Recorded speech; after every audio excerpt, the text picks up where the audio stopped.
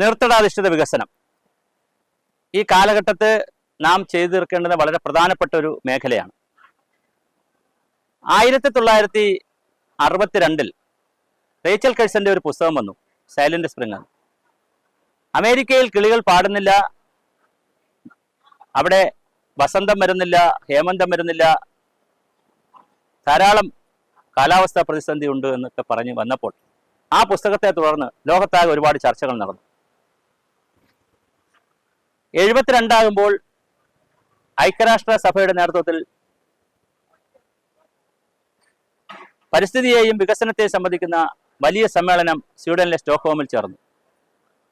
Indian പ്രധാനമന്ത്രിയായിരുന്ന ശ്രീമതി ഇന്ദിരാഗാന്ധി അടക്കം അതിനകത്ത് പങ്കെടുത്തിരുന്നു. അതിനുശേഷം ഭാരതത്തിൽ അവർ തിരിച്ചു വരികയും പശ്ചിമഘട്ട വികസന പരിപാടി എന്ന നിലയിൽ 1974 പശ്ചിമഘട്ട വികസന പ്രവർത്തനങ്ങൾ എടുത്തു. ഇന്ത്യയിലെ പടിഞ്ഞാറൻ തീരത്ത് കിടക്കുന്ന, അതാണ് വെസ്റ്റേൺ ഘാട്ട്, കേരളത്തിന്റെ കിഴക്കൻ തീരത്താണ്, ഇന്ത്യയുടെ പടിഞ്ഞാറൻ തീരത്ത് കിടക്കുന്ന വെസ്റ്റേൺ ഘാട്ടും ഇന്ത്യയുടെ കിഴക്കൻ തീരത്ത് കിടക്കുന്ന ഹിൽ ഏരിയ ഡെവലപ്മെന്റിന് വേണ്ടി 2 അതോറിറ്റികൾ, 2 സംവിധാനങ്ങൾ ഉണ്ടാക്കുകയും, ഒന്ന് പ്രോഗ്രാമും ഒന്ന് അതോറിറ്റിയും, പശ്ചിമഘട്ടത്തിന് വേണ്ടി പ്രോഗ്രാമും ഹിൽ ഏരിയയ്ക്ക് വേണ്ടി അതോറിറ്റിയും ഉണ്ടാക്കി. അന്നത്തെ പ്ലാനിംഗ് കമ്മീഷനിലെ ആയി ബന്ധപ്പെടുത്തിയിട്ടുള്ള വിദഗ്ധരെയും doctor M G K Menon സാറും എല്ലാവരും മലയാളികളായിരുന്നു കൂടുതൽ പേരും. എം എസ് സ്വാമിനാഥൻ സാറിനെയും ഡോക്ടർ എം എസ് സ്വാമിനാഥൻ സാറിനെ പോലെയുള്ള ആളുകളുടെ സഹായത്താൽ പശ്ചിമഘട്ട മലനിരകളൊക്കെ വേർതിരിക്കുകയും, അങ്ങനെ നോക്കുമ്പോൾ കേരളത്തിൽ 534 പഞ്ചായത്തുകൾ, ഇന്നത്തെ 534 ഗ്രാമപഞ്ചായത്തുകൾ, ആകെയുള്ള 990ഓളം പഞ്ചായത്തുകളിൽ അല്ലെങ്കിൽ 1000-നടുത്തുള്ള പഞ്ചായത്തുകളിൽ 535ഓളം പഞ്ചായത്തുകൾ, ഗ്രാമപഞ്ചായത്തുകൾ പശ്ചിമഘട്ടത്തിലാണ് വരുന്നത്. നമ്മൾ ഈ പശ്ചിമഘട്ടം എന്ന് പറയുമ്പോൾ ഇടുക്കിയിലെയും വയനാട്ടിലെയും പാലക്കാടെയും കണ്ണൂരിലെയൊക്കെ കുറച്ച് മലകളെ മാത്രമാണ് കാണുന്നത്. അല്ല, പശ്ചിമഘട്ട മലനിരകളുടെ പശ്ചിമഘട്ട പ്രദേശം എന്ന് പറയുന്നത് ഏകദേശം 534 പഞ്ചായത്തും. ഈ പഞ്ചായത്തുകളുടെയൊക്കെ പ്രവർത്തനങ്ങൾ അവിടുത്തെ ജീവിക്കുന്ന ജനങ്ങൾ, ആ മലകളിൽ ജീവിക്കുന്ന, മലയോരങ്ങളിൽ താഴ്വാരകളിലൊക്കെ ജീവിക്കുന്ന ജനങ്ങൾ പ്രകൃതിയെ കൂടി മനസ്സിലാക്കിക്കൊണ്ടുള്ള ഒരു വികസനം വേണം എന്നുള്ള കാഴ്ചപ്പാടിൽ പശ്ചിമഘട്ട വികസന പരിപാടി തുടങ്ങി. അതുപോലെ തന്നെ കൃഷി വകുപ്പുമായി ബന്ധപ്പെടുത്തി നാഷണൽ റെയിൻഫെഡ് ഏരിയ, അതായത് മഴയെ ആശ്രയിച്ച് മാത്രം കൃഷി ചെയ്യുന്ന പ്രദേശങ്ങൾക്കുള്ള പരിപാടികൾ, വേസ്റ്റ് ലാൻഡ് തരിശുഭൂമി വികസനത്തിലുള്ള പരിപാടികൾ. ഞാൻ പദ്ധതികളുടെ പേര് പറയുന്നില്ല, കാരണം അങ്ങനെ ഒരു അക്കാഡമിക്കിലേക്ക് നമ്മൾ പോകുന്നില്ല, കുറച്ചുകൂടി ആളുകൾക്ക് കാര്യങ്ങൾ മനസ്സിലാക്കാനാണ്. അങ്ങനെ വ്യത്യസ്ത പദ്ധതികളിൽ, കൃഷി വകുപ്പിന്റെ പദ്ധതികളിൽ, തരിശുഭൂമി പദ്ധതികളിൽ, ഗ്രാമവികസന പദ്ധതികളിൽ, വ്യത്യസ്ത പദ്ധതികളിൽ വലിയൊരു കാഴ്ചപ്പാടായിട്ട് കൊണ്ടുവന്നതാണ് നീർത്തടാധിഷ്ഠിത വികസനം. ഇത് 74 മുതൽ അല്ലെങ്കിൽ 70കൾ മുതലാണ് ഭാരതത്തിൽ സൂചിപ്പിച്ചതെങ്കിലും വളരെ സീരിയസ് ആയതെങ്കിലും 47 അതായത് ഇന്ത്യക്ക് സ്വാതന്ത്ര്യം കിട്ടുന്ന സമയത്ത് അമേരിക്കയിലെ ടെന്നീസ് വാലി പ്രോജക്റ്റിന്റെ പശ്ചാത്തലത്തിൽ ഇന്ത്യയിൽ റിവർ വാലി പ്രോജക്റ്റുകൾ ആരംഭിച്ചു. ഇന്ത്യയിലെ റിവർ വാലി പ്രോജക്റ്റുകൾ ആരംഭിച്ചത് അത് ബ്രിട്ടീഷുകാരുടെ സഹായത്തോടു കൂടി തന്നെയാണ് ആരംഭിച്ചതിന് ശേഷം അന്നേ ഈ നദീതട കാഴ്ചപ്പാടും നദീതടത്തിലെ അടിസ്ഥാനത്തിലുള്ള കാച്ച്മെന്റ് ഏരിയ ഡെവലപ്മെന്റ് പ്രോഗ്രാമും ഉണ്ട്. പിന്നെ കേരളത്തിൽ അട്ടപ്പാടിയിൽ ഹിൽ ഏരിയ ഡെവലപ്മെന്റിന്റെ ഭാഗമായും ഈ പ്രവർത്തനങ്ങൾ നടന്നിരുന്നു. മൂന്നാറിൽ കുറെ നടന്നിരുന്നു, ഇടുക്കിയിൽ കുറച്ച് നടന്നിരുന്നു. അപ്പോൾ കേരളത്തിലും ഇതിനൊരു പാരമ്പര്യമുണ്ട്. ഭാരതത്തിൽ സ്വാതന്ത്ര്യം കിട്ടുന്ന കാലം മുതൽ നീർത്തടാധിഷ്ഠിത വികസന കാഴ്ചപ്പാടിനും നദീതട കാഴ്ചപ്പാടിനും പ്രാധാന്യമുണ്ട്. പക്ഷേ എങ്കിലും ഈ പ്രാധാന്യം ഇത്ര ഉണ്ടെങ്കിൽ ഇത് മുന്നോട്ട് പോകുന്നില്ല. എന്തെന്നാൽ 2-3 കാര്യങ്ങൾ നമ്മൾ പഠിച്ചുകൊണ്ട് മനസ്സിലാക്കിക്കൊണ്ട് പോകണം. ഒന്ന്, മണ്ണ്, ജലം, ജൈവസമ്പത്തിൽ വരുന്നത് സസ്യങ്ങൾ, ജന്തുക്കൾ, മനുഷ്യർ, 3 അടങ്ങുന്ന ബയോമാസ്. അപ്പൊ മണ്ണും വെള്ളവും ബയോമാസ്, ലാൻഡ്, വാട്ടർ, ബയോമാസ്, ഇത് 3ഉം കൂടി ചേർന്നിട്ടാണ് പ്രകൃതിയിൽ, ഭൂമിയിൽ ഈ കാര്യങ്ങൾ കൂടുതൽ നിശ്ചയിക്കുന്നത്. എന്ത് കൃഷി ചെയ്യണം, എന്താണ് അവിടുത്തെ ജീവിത രീതി, കൾച്ചർ ഒക്കെ തീരുമാനിക്കുന്നതിൽ വലിയ പങ്കുണ്ട്. മലകളുടെയും നാട് മലയാളം, അവിടെ വസിക്കുന്നവർ മലയാളികൾ, അവരുടെ ഭാഷ മലയാളം. 5 നദികളുടെ നാട് പഞ്ചാബ്, അവിടെ പഞ്ചാബികൾ, അവരുടെ ഭാഷ പഞ്ചാബ്. ഇങ്ങനെ ഭാഷ വരുന്നത്, ആചാരം വരുന്നത്, കല വരുന്നത്, അനുഷ്ഠാനം വരുന്നത്, സംസ്കാരം വരുന്നത് ഒക്കെ നദീതടവുമായി ബന്ധപ്പെടുത്തിയിട്ടൊക്കെയാണ്. അപ്പൊ അങ്ങനെ വന്ന നദീതട സംസ്കാരമൊക്കെ വന്ന് നദീതടം എന്ന് പറയുമ്പോൾ വലിയ നദികൾ മാത്രമല്ല, ചെറിയ തോടുകൾ, ചെറിയ അരുവികൾ, ചെറിയ നീരുറവ്, ഇതിന്റെ അടുത്തൊക്കെ ആളുകൾ താമസിച്ചിട്ടാണ് ഈ സംസ്കാരങ്ങളൊക്കെ രൂപപ്പെടുന്നത്. ഓരോ പ്രദേശത്തും എന്ത് കൃഷി ചെയ്യണമെന്ന് തീരുമാനിക്കുന്നത് അങ്ങനെ തന്നെയാണ്. നമുക്ക് ആപ്പിൾ കൃഷി ചെയ്യാൻ പറ്റത്തില്ല, ഗോതമ്പ് ധാരാളം കൃഷി ചെയ്യാൻ പറ്റത്തില്ല, അതിന് പറ്റിയ അനുകൂലമായ കാലാവസ്ഥയല്ല നമുക്കുള്ളത്. അപ്പോൾ ഓരോ പ്രദേശത്തും തീരുമാനിക്കുന്നത് മണ്ണും വെള്ളവും ജൈവസമ്പത്തുമാണ്. അതിലേറ്റവും പ്രധാനപ്പെട്ട ഡൈനാമിക് ആയിട്ടുള്ള ചലനാത്മകമായ വസ്തുവാണ് വെള്ളം. വെള്ളം ഒഴുകുന്ന സ്വഭാവമാണ്. അത് കടലിലെ വെള്ളം നീരാവിയായി അല്ലെങ്കിൽ കരയിലെയും എല്ലാ ഏത് ഭാഗത്തുള്ള വെള്ളവും ഭൂമിയിലെ വെള്ളം നീരാവിയായി മേൽപോട്ട് പോയി മേഘങ്ങളാൽ തടഞ്ഞ് മഴയായി മഞ്ഞായി ഭൂമിയിൽ വന്ന് ഇങ്ങനെ പോകുന്ന ജലചക്രമുണ്ട്. അതുപോലെ തന്നെ കാർബണിന്റെ ചക്രമുണ്ട്, നൈട്രജന്റെ ചക്രമുണ്ട്, സൗരചക്രമുണ്ട്, സോളാർ ചക്രം. ഇതെല്ലാം ഭൂമിയിൽ ഇങ്ങനെ ഉണ്ട്. ഇതെല്ലാം കൂടി ചേർത്തിട്ടാണ് ഭൂമി ഇങ്ങനെ കൊണ്ടുപോകുന്നത്, മുമ്പോട്ട് കൊണ്ടുപോകുന്നത്. ഭൂമിയുടെ ചലനം, സൂര്യന്റെ ചലനം, സൂര്യനുമായി ബന്ധപ്പെട്ട് ഇങ്ങനെ കുറെ കാര്യങ്ങൾ ഭൂമിശാസ്ത്രപരമായ ഘടകങ്ങൾ കൂടിയുണ്ട്. അപ്പോൾ ഓരോ പ്രദേശത്തിന്റെ മണ്ണിന്റെ ചെരിവ്, മണ്ണിന്റെ ആഴം, അവിടെ ചെയ്തിരിക്കുന്ന ഭൂപ്രകൃതി, പിന്നെ അവിടെ ആ പ്രദേശത്തെ ഭൂവിനിയോഗ രീതികൾ, ഇതെല്ലാം ചേർത്തിട്ടാണ് മഴയുടെയും നീരൊഴുക്കും ഒക്കെ തീരുമാനിക്കുന്നത്. ഇപ്പൊ വെള്ളം ഒഴുകിപ്പോകുന്ന സ്വഭാവക്കാരനാണെന്ന് പറഞ്ഞു. പണ്ട് കാലത്ത് ഒരുപാട് ഭൂമിയും ഫലഭൂഷ്ടമായ ഭൂമിയും ഉണ്ടായിരുന്നപ്പോൾ വെള്ളത്തെ അങ്ങനെ കൈകാര്യം ചെയ്യേണ്ടിയിരുന്നില്ല. അങ്ങനെ നമ്മളെ റവന്യൂ യൂണിറ്റുകൾ, ബ്രിട്ടീഷുകാരുടെ കാലത്ത് നിന്ന് തുടങ്ങിയ റവന്യൂ യൂണിറ്റുകൾ, ഓരോ പഞ്ചായത്തിനും ഒരു പഞ്ചായത്തിൽ ഗ്രാമം എടുത്താൽ അതിന് revenue unit, village unit, survey നമ്പറുകൾ ചേരുന്ന ഒരു വില്ലേജ് ഓഫീസ്, അതിനൊരു വില്ലേജ് യൂണിറ്റ്, പിന്നെ താലൂക്ക് യൂണിറ്റ്, പിന്നെ ജില്ലാ യൂണിറ്റ്, സംസ്ഥാന യൂണിറ്റ്, രാജ്യ യൂണിറ്റ്, ഇങ്ങനെയാ പോകുന്നത്. ഇതിന്റെയൊക്കെ അതിന് തീരുമാനിച്ചിരിക്കുന്നത് വസ്തുക്കളുടെയും പിന്നെ പോപ്പുലേഷന്റെ, ജനസംഖ്യയുടെ അടിസ്ഥാനത്തിലാണ്. പക്ഷെ ഇങ്ങനെ തീരുമാനിച്ചിരിക്കുന്ന വസ്തുക്കളുടെ ജനസംഖ്യയുടെ അടിസ്ഥാനത്തിലുള്ള തീരുമാനത്തിൽ മഴയായി ഭൂമിയിലെത്തുന്ന വെള്ളം അവിടുത്തെ ഭൗമശാസ്ത്ര പ്രത്യേകതകളും ഭൂവിനിയോ രീതികളും എല്ലാം ചേർത്തിട്ടാണ് ഒഴുകുന്നത്. അങ്ങനെ ഒഴുകിപ്പോകുമ്പോൾ ആ ഒഴുകിപ്പോകുന്ന ജലം നമ്മൾ ഉണ്ടാക്കി വെച്ചിരിക്കുന്ന പഞ്ചായത്ത് അതിരോ റവന്യൂ അതിരോ രാഷ്ട്രീയ അതിരോ ഒന്നും അതിന് ബാധകമല്ല. അത് ചരിഞ്ഞ പ്രദേശത്തുവാണെങ്കിൽ ചരിവിലേക്ക് ഇറങ്ങും, കെട്ടിക്കിടക്കാനാണ് കെട്ടിക്കിടക്കും, ഒഴുകും. ഇപ്പൊ എ എന്ന് പറയുന്ന പഞ്ചായത്ത് പർട്ടിക്കുലർ പാർട്ടി ഭരിക്കുന്നു, ബി എന്ന് പറയുന്ന പഞ്ചായത്ത് വേറൊരു പാർട്ടി ഭരിക്കുന്നു. എ എന്ന പഞ്ചായത്തിൽ തലക്കളമുണ്ട്, ബി എന്ന പഞ്ചായത്തിലാണ് തോടുള്ളത്. ഈ ബന്ധങ്ങളൊന്നും വെള്ളത്തിനും ഭൂമിക്കും അറിയില്ല. അപ്പോൾ തലക്കുളം നികത്തിയാൽ താഴെയുള്ളവർക്ക് വെള്ളം കിട്ടത്തില്ല, താഴെയുള്ള ഭാഗം നികത്തിയാൽ തലക്കുളത്തിന് വെള്ളത്തിന് പോകാൻ സ്ഥലവുമില്ലാതെ വരും. അപ്പൊ തലക്കുളം, മുകൾ ഭാഗത്ത് കാണുന്ന കുളം, അതിലുള്ള നീരുറവകൾ, അതിലേക്ക് താഴേക്ക് വരുന്ന തോടുകൾ, അവ കഴിഞ്ഞുള്ള വാലി പോർഷൻ, വയൽ, ഇതൊക്കെയാണ് നമ്മുടെ ബന്ധങ്ങൾ. ഇതെല്ലാം വിവിധ രാഷ്ട്രീയ പാർട്ടികളുടെയും വിവിധ ഭരണ യൂണിറ്റുകളിലും വിവിധ ജില്ലകളിലും പഞ്ചായത്തുകളിലും ഒക്കെ കിടക്കുന്നത് കൊണ്ട് സ്വാഭാവികമായിട്ട് ജലസംരക്ഷണമൊക്കെ ബുദ്ധിമുട്ടാവുന്നു. അങ്ങനെ സമഗ്രമായ മണ്ണ് ജല ജൈവ സംരക്ഷണം നടക്കാതെ വരുമ്പോഴാണ് ഉൽപാദനക്ഷമത കുറയുന്നു, കൂടുതൽ ജലക്ഷാമം ഉണ്ടാകുന്നു, വെള്ളം ഒരുപാട് വരുമ്പോൾ പ്രളയം ഉണ്ടാകുന്നു, വെള്ളം കുറയുമ്പോൾ വരൾച്ചയുണ്ടാകുന്നു, മണ്ണിന്റെ ഉൽപാദനം കുറയുന്നു, കാർഷിക വിളകൾ കുറഞ്ഞു വരുന്നു, പാരിസ്ഥിതിക പ്രശ്നങ്ങൾ കൂടി വരുന്നു, ദുരന്തങ്ങൾ കൂടി വരുന്നു. ഇത് മനസ്സിലാക്കിയ കർഷക ജനതയും ശാസ്ത്ര സമൂഹവും സാങ്കേതിക വിദഗ്ധരും എല്ലാം കൂടി കണ്ടുപിടിച്ച ഒരു കാഴ്ചപ്പാടാണ്, ഒരു വികസന സങ്കല്പമാണ്, ഒരു വികസന രീതിയാണ് നീർത്തട അധിഷ്ഠിത വികസനം. ഇതിലൂടെ ഉദ്ദേശിക്കുന്നത് ഒരു പ്രദേശത്ത് വീഴുന്ന മഴവെള്ളം അവിടുത്തെ ചരിവിനനുസരിച്ച്, അവിടുത്തെ ഭൂമിക്കനുസരിച്ച്, അവിടുത്തെ മണ്ണിന്റെ സ്വഭാവം അനുസരിച്ച്, ഭൂവിനിയോഗ രീതികളനുസരിച്ച് ഒഴുകാൻ തുടങ്ങും. അപ്പോൾ ഒരു നദിയുടെ ചുറ്റും വെള്ളം ഒഴുകുന്ന എല്ലാ പ്രദേശങ്ങളെയും നദീതടം, ഉദാഹരണം പമ്പയാറിന്റെ ആരംഭിക്കുന്ന സ്ഥലം മുതൽ പമ്പയാർ അവസാനിപ്പിക്കുന്ന സ്ഥലം വരെയുള്ള, കടലിൽ ചേരുന്ന സ്ഥലം വരെയുള്ള പമ്പയാറിന് ചുറ്റുമുള്ളത് പമ്പയാർ നദീതടം, അത് വലിയ നീർത്തടം. അതിലേക്ക് വെള്ളം ഒഴുകുന്ന ഓരോ ചെറിയ തോടുമുണ്ട്. ആ തോടിന് ചുറ്റുമുള്ള പ്രദേശം ഉപനീർത്തടം. ചെറിയ പ്രദേശമാണെങ്കിൽ ലഘു നീർത്തടം, വളരെ ചെറിയ തോടിന് ചുറ്റുമുള്ള പ്രദേശമാണെങ്കിൽ സൂക്ഷ്മ നീർത്തടം, മൈക്രോ വാട്ടർ ഷെഡ്. അപ്പോൾ മൈക്രോ വാട്ടർ ഷെഡ് മുതൽ സബ് വാട്ടർ ഷെഡ് മുതൽ മില്ലി വാട്ടർ ഷെഡ് മുതൽ മാക്രോ വാട്ടർ ഷെഡ് വരെയുള്ള ഓരോ പ്രദേശത്തിന്റെ ഭൂമിശാസ്ത്ര പ്രത്യേകതകളും വലിപ്പങ്ങളും കൂടി മനസ്സിലാക്കിയിട്ട് നീർത്തടങ്ങളായി തിരിക്കാം. അപ്പോൾ വലിയൊരു നദീതടം എടുത്താൽ, അത് കരമന എടുത്താൽ, പമ്പ എടുത്താൽ, ഏത് നദീതടം എടുത്താലും ആ നദീതടത്തിൽ ആയിരക്കണക്കിന് ചെറു തോടുകളും നീരുറവകളും കാണും. ആ തോടുകൾക്ക് ചുറ്റും നമുക്കൊരു ഭൂമിശാസ്ത്ര പ്രദേശത്തെ വരച്ചെടുക്കാം. ഇന്ന പ്രദേശത്ത് വീഴുന്ന മഴവെള്ളമൊക്കെയാണ് ഈ തോട്ടിലേക്ക് പോകുന്നത്. അപ്പൊ ആ തോടിന്റെ നീർത്തടം ചെറു നീർത്തടം, ചെറിയ പ്രദേശമാണ്. അങ്ങനെ ചെറിയ നീർത്തടങ്ങൾ ചേരുമ്പോൾ ഒരു ലഘു നീർത്തടം, അങ്ങനെ കുറെ ലഘു നീർത്തടങ്ങൾ ചേരുമ്പോൾ ഉപനീർത്തടങ്ങൾ ചേരുമ്പോൾ വലിയ നീർത്തടം, ഇങ്ങനെയാ പോകുന്നത്. അപ്പൊ ഇങ്ങനെ പോകുന്നതിൽ ഈ മണ്ണൊലിപ്പ് ഒരിക്കലും ഒരു നമ്മുടെ മനുഷ്യരുണ്ടാക്കി വെച്ചിരിക്കുന്ന വ്യവസ്ഥ അനുസരിച്ച് മണ്ണൊലിക്കാനാവില്ല.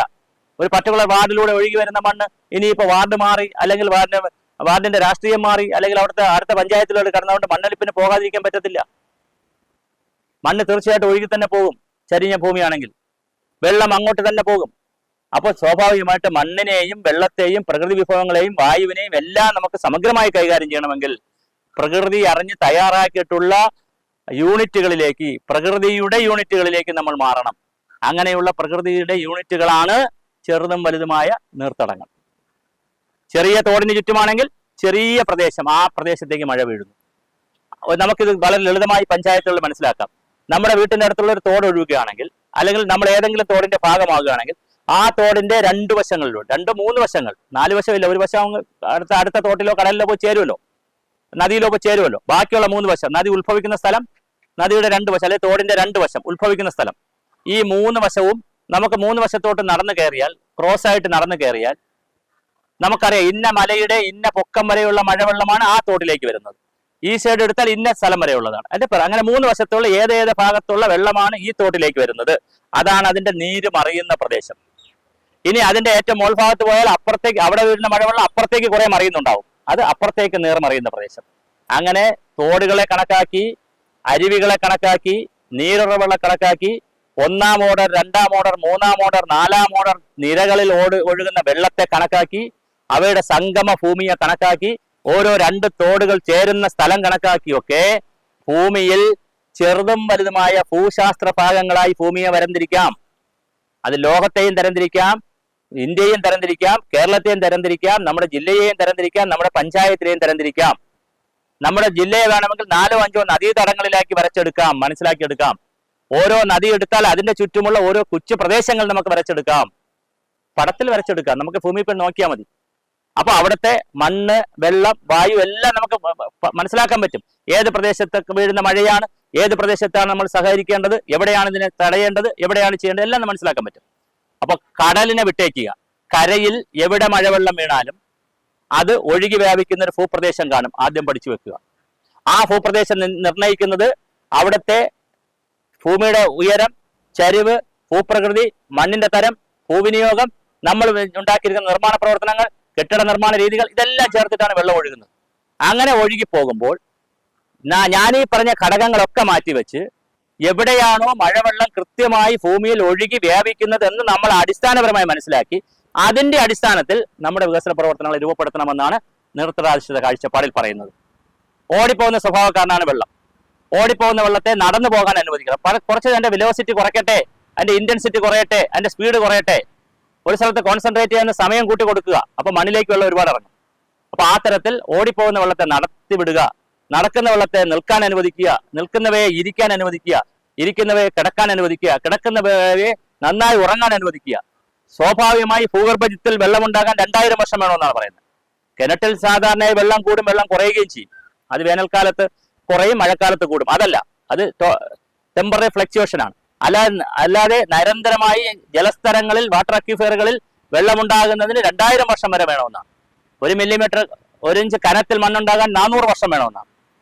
അപ്പോൾ 1 മില്ലിമീറ്റർ മണ്ണ് പോലും നമുക്ക് അങ്ങനെ സൃഷ്ടിക്കാൻ പറ്റുന്നില്ലല്ലോ. ഒരു പിടി മണ്ണെടുത്താൽ അതിൽ 10%, 20% വെള്ളമാണ്. പിന്നെ ഒരു 20% വായു ഉണ്ട്, പിന്നെ മിനറൽ ഉണ്ട്, മെറ്റൽ ഉണ്ട്, മറ്റൊരുപാട് കണ്ടന്റ് ഉണ്ട്. അത് കഴിഞ്ഞിട്ടാണ് പിന്നെ ബയോമാസ് ഉണ്ട്. ഇതെല്ലാം കഴിഞ്ഞിട്ടാണ് അതിന്റെ കണ്ടന്റ്, കോർ കണ്ടന്റ് ഉള്ളത്. അതിൽ അപ്പൊ വെള്ളം കരുതി വെക്കാൻ മണ്ണിനെ സജ്ജമാക്കണം. ഇത് വളരെ പ്രധാനമാണ്. അപ്പൊ ഓടിപ്പോകുന്ന വെള്ളത്തെ തടഞ്ഞ് അതാതിടങ്ങളിൽ വെള്ളത്തിന്റെ അളവ് കൂട്ടി, ഭൂഗർഭജലത്തിന്റെ അളവ് കൂട്ടി, ഉപരിതല നീരൊഴുക്കിന്റെ അളവ് കുറച്ച് കൊണ്ടുപോകാൻ ഇന്നത്തെ നമ്മുടെ റവന്യൂ സംവിധാനങ്ങളിലുള്ള ഭരണ യൂണിറ്റുകൾ കൊണ്ട് കഴിയാത്തത് കൊണ്ട് അതിനെ നിർബന്ധമായും മണ്ണിന് മനസ്സിലാകുന്ന, വെള്ളത്തിന്റെ നീരൊഴുക്ക് വിന്യാസ രീതികൾക്ക് മനസ്സിലാകുന്ന, അത് മനസ്സിലാക്കിയെടുക്കുന്ന ചെറുതും വലുതുമായ നീർത്തളത്തിന്റെ അടിസ്ഥാനത്തിൽ വികസനത്തെ കൊണ്ടുപോകണം.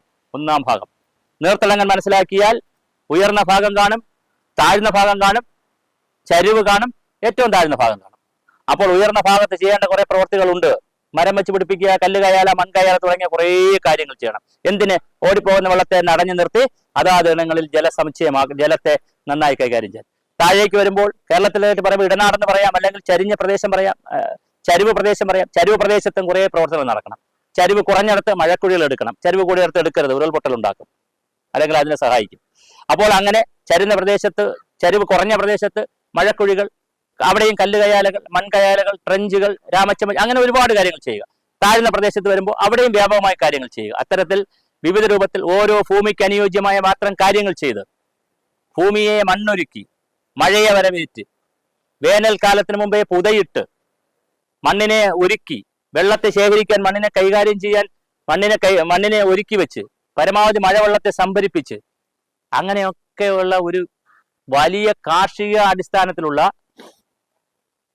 വലിയ പാരിസ്ഥിതികമായി ബന്ധിപ്പിക്കാൻ കഴിയുന്ന, പ്രകൃതിയെ കൂടുതൽ അടുപ്പിച്ച് നിർത്താൻ കഴിയുന്ന, പ്രകൃതിയുമായി കൂടുതൽ മനസ്സിലാക്കി ഇടപെടാൻ കഴിയുന്ന ഒരു വികസന കാഴ്ചപ്പാട് നിർത്തലാധിഷ്ഠിത വികസനം.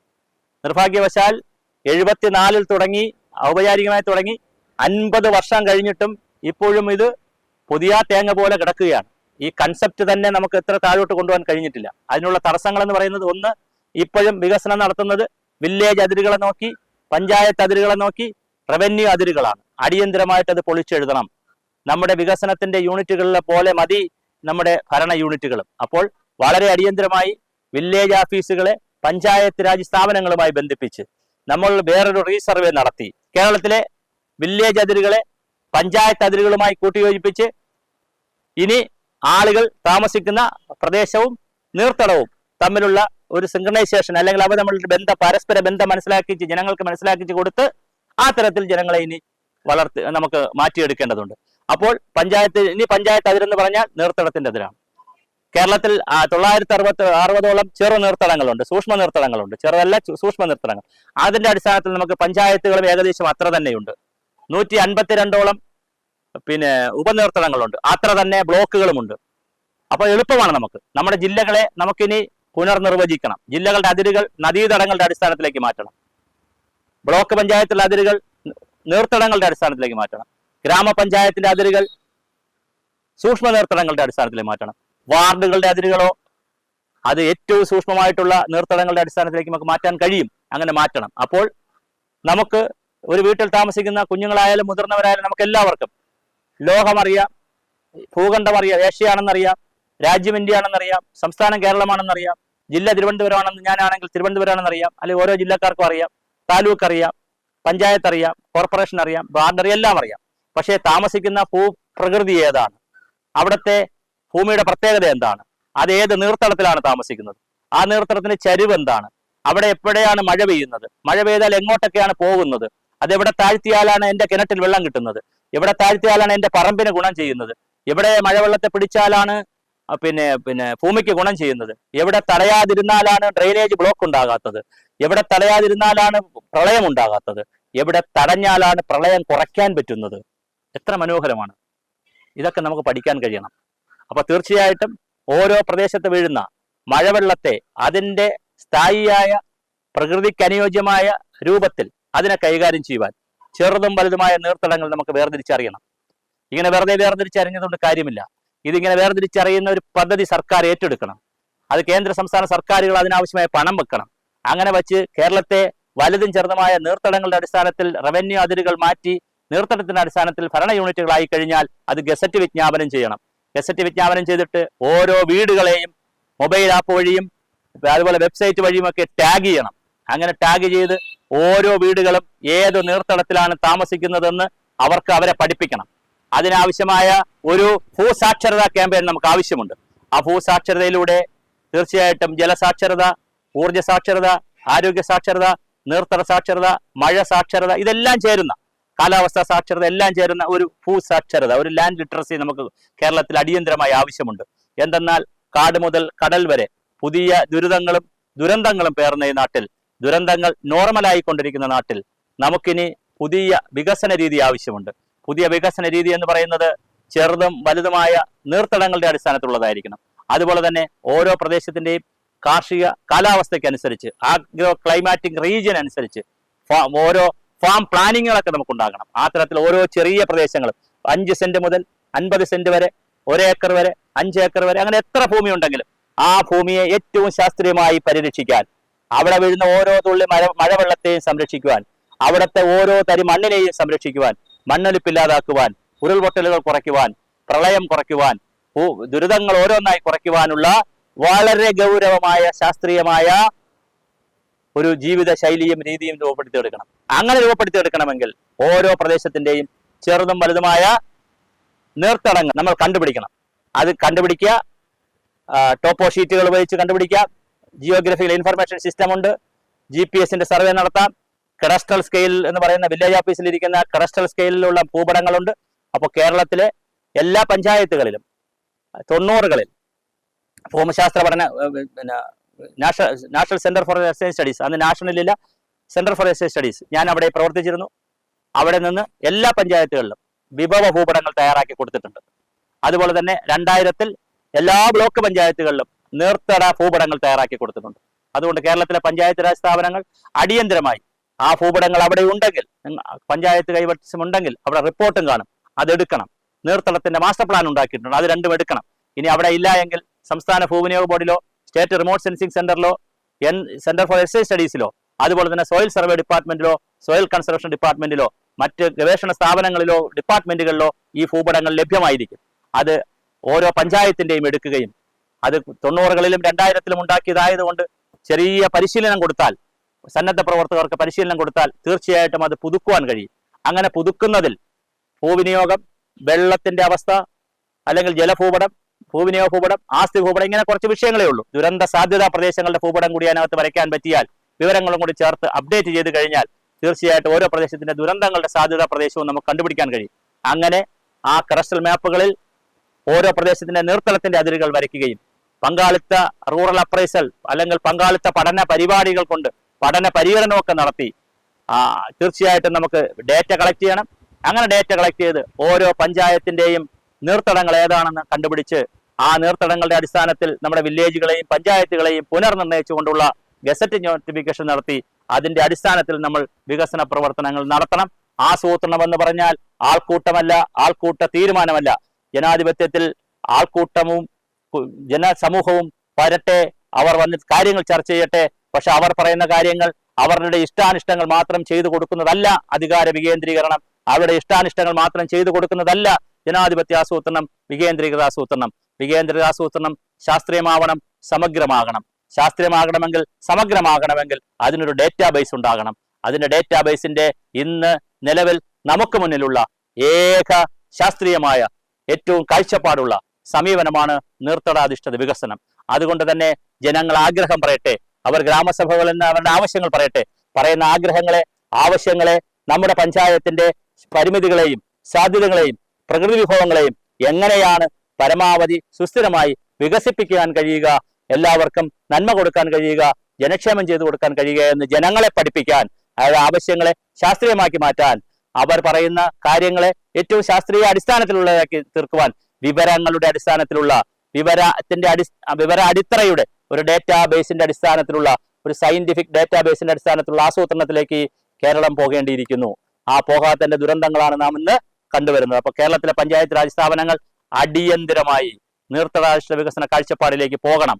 അതിന് നയപരമായ തീരുമാനം സംസ്ഥാന സർക്കാർ ഉണ്ടാവണം.